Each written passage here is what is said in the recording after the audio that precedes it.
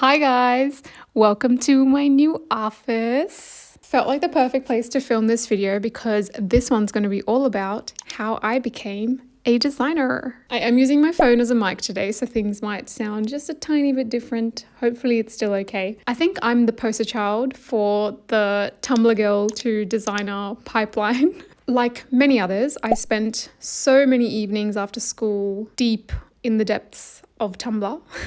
Tumblr is actually the place where I learned how to use Photoshop. I pretty much only learned it in order to make GIFs and graphics so I could post them.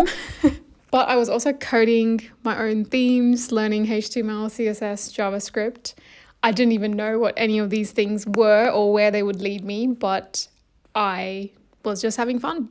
I would be in such flow time before I even knew what flow time even was. I was sat on my bed for hours and hours, worst posture, probably burning the shit out of my thighs from my laptop.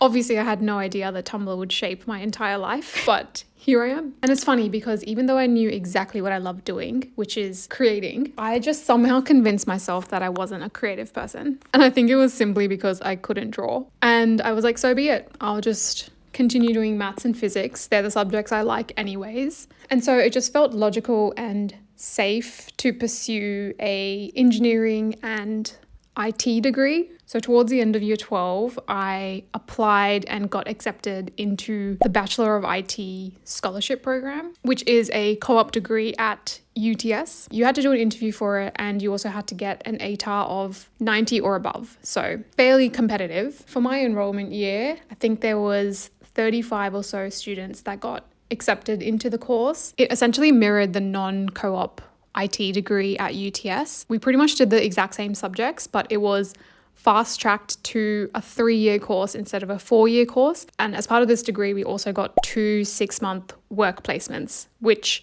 are with the companies that sponsor the degree. So it was kind of epic. You get a year's worth of work experience and you get paid to do it because the scholarship awards the students, I think, 48,000-ish. Maybe it might be different now, but for me, it was about $48,000, which is unreal. And my family definitely needed the monetary support at the time. So I was incredibly proud of myself for accomplishing that. And I genuinely think it was that degree that set me up for such great success to come in my career, like literally from the age of 17. But it wasn't all smooth sailing. Fun fact, I did apply for a tech cadetship at Westpac in year 12 as well. I think it was a group interview and I completely bombed it.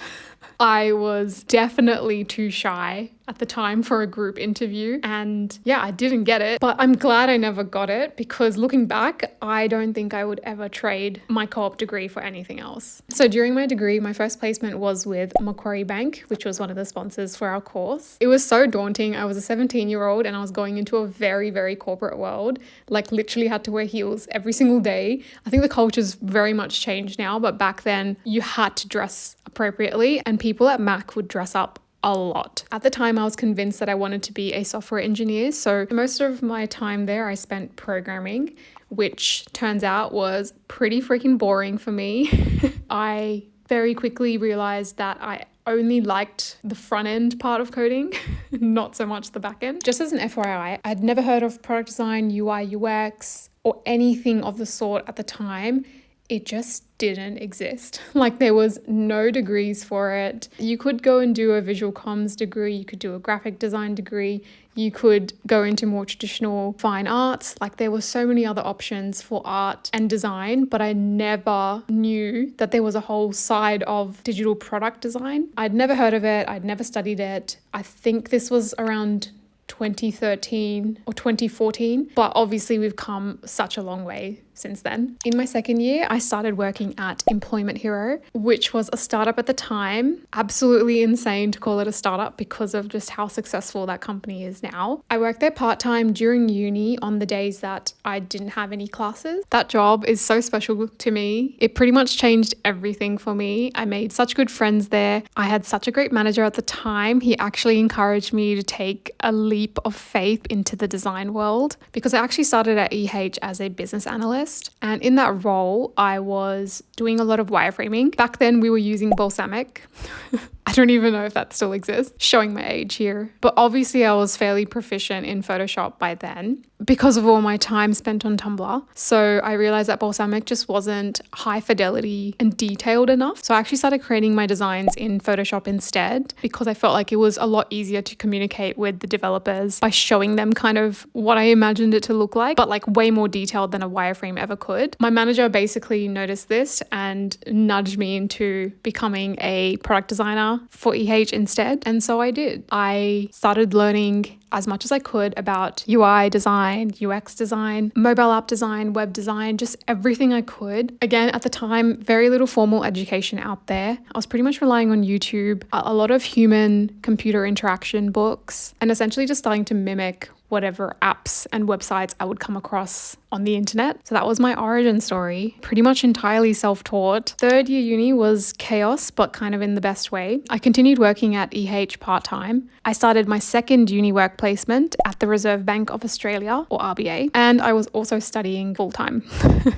I did not have a life. It was grind hour. I wanted to go on exchange in the final semester of my degree, so I was putting in the work to save up as much as I could for that. And by the time I started at RBA, I was pretty confident that I wanted to be a designer. So I spent my entire work placement working as a designer on lots of cool projects. The RBA is kind of the central bank of Australia, so it works on very massive, impactful projects that pretty much touch the lives of most Australians.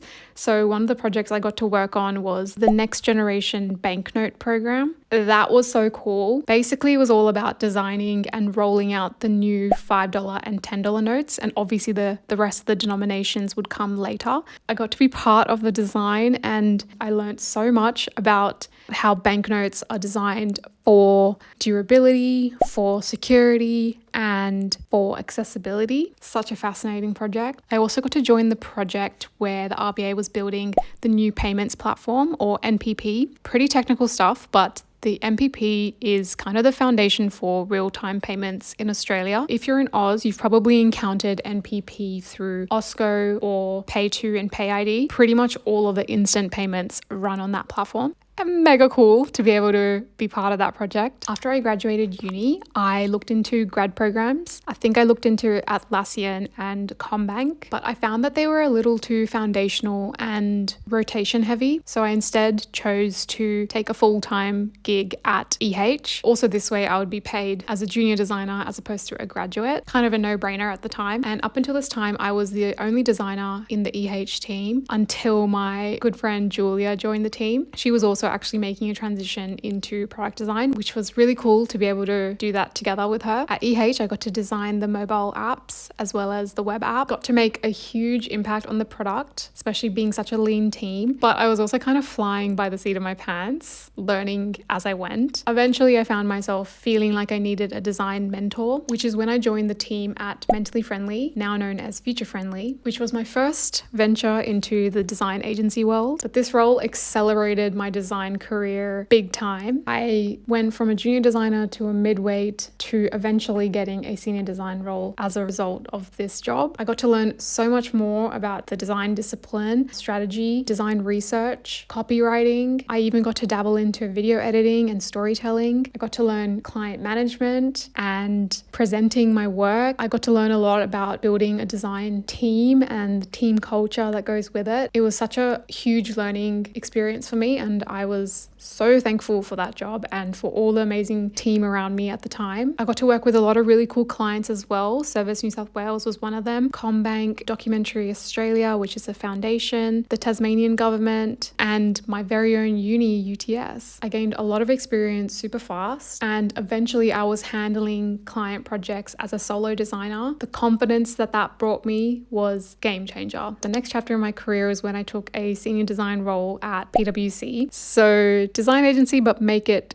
bigger and more corporate, and you've got consulting. I think this job was where I found my stride as a designer. I felt comfortable, I felt experienced, I amassed a lot of industry knowledge and design experience, and now I could basically apply those skills and knowledge to bigger projects and also start mentoring designers that are new to the field, sharing all the things that I had learned over my years so far. One of the things that kind of built my confidence as a designer was through agency experience because you're exposed to so many different types of projects, products, industries, clients, tech stacks, jargon, different types of customers, different types of design skills. Because the projects were very short, you basically had to onboard yourself as quickly as possible. So that momentum really pushes you to grow, to be a fast learner. I think doing that quite consistently builds a lot of confidence in you as a designer and in your skill set. And I think it kind of helps you stand out in the product design field because you end up with a really broad set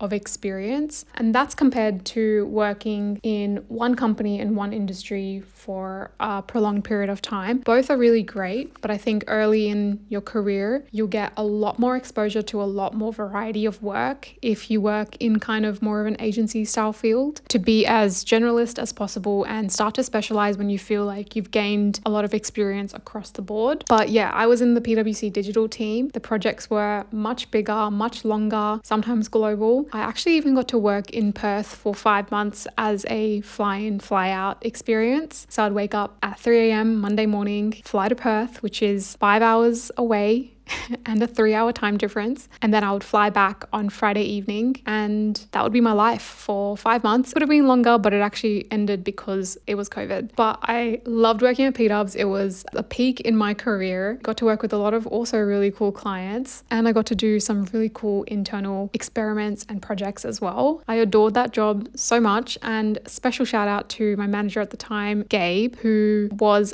pivotal to my personal and professional growth. So thank you, Gabe. But at the same time, consulting can be quite noisy. There's a lot of pitching, there's a lot of sales, there's a lot of politics. And when your days are spent doing that side of the job, there's a lot less designing. Because I was craving being on the tools again, I went back to in-house to work at one of my favorite apps at the time, Beem. Such a different experience, got to have a ton of impact. Got to work on the Beem rebrand, which I think is one of the major catalysts to where I'm at now in my career. I got to redesign the Beem iOS and Android apps. I got to build the Beem web app and also build the foundation for the Beem wallet technology, which powers Coldplay right now, which is really hard to say because I keep wanting to say Coldplay. My camera died, so I have to start this last bit again. But yeah, where was I? At Beem, I grew into a design director role where I was able to build a design team of 10, which was definitely a change of pace in my career, but also very rewarding. I love creating and shaping the team culture. I loved championing and advocating for design across the whole organization. And I really loved nurturing my team and watching them grow. It was really great, but I also did a lot less design. And I remember working after hours just to design because I didn't have enough capacity during my workday to be on the tools, and I was kind of missing that part of the job.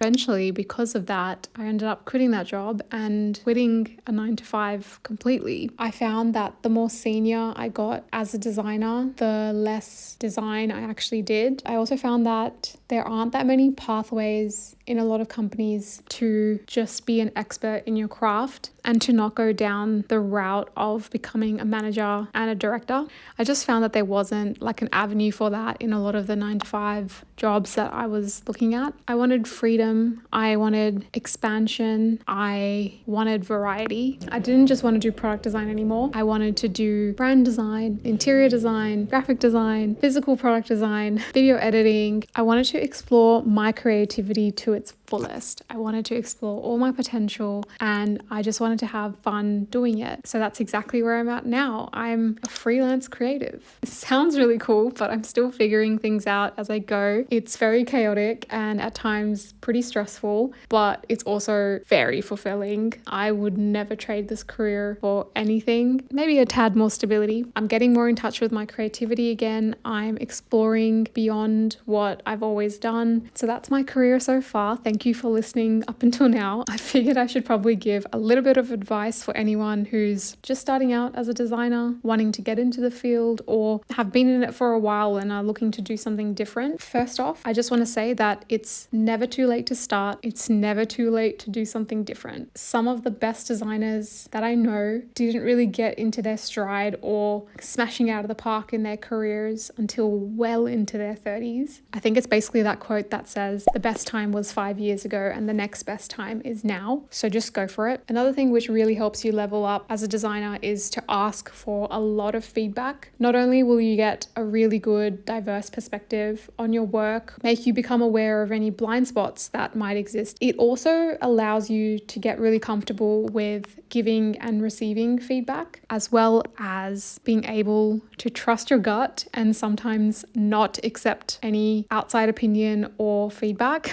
because generally speaking, you're probably the best fitted to make a decision. So just gather as many perspectives as possible. But at the end of the day, it's up to you to decide how much of that you want to take on. Definitely trust your gut, trust your intuition. And lastly, being creative has really nothing to do with being artistic. Art can't exist without creativity, but creativity can exist without art. I tend to think that creativity is actually all about problem solving. It's about thinking outside of the box. It's about how you adapt to change. So yeah, don't ever let your inability to draw stop you from pursuing a career in a creative field. So yeah, that's basically my journey up until now. If you want to stay up to date on what I do from here, you can follow me on Instagram and TikTok. Both of those accounts are at Sans Design Club. You can join the club and start creating for the fun of it again, just like I am. I hope you enjoyed my yap sesh today. Leave me a comment if you want to see more design related videos here on YouTube. Yeah, thanks for hanging out with me in my office. I will catch you guys in the next video. Bye.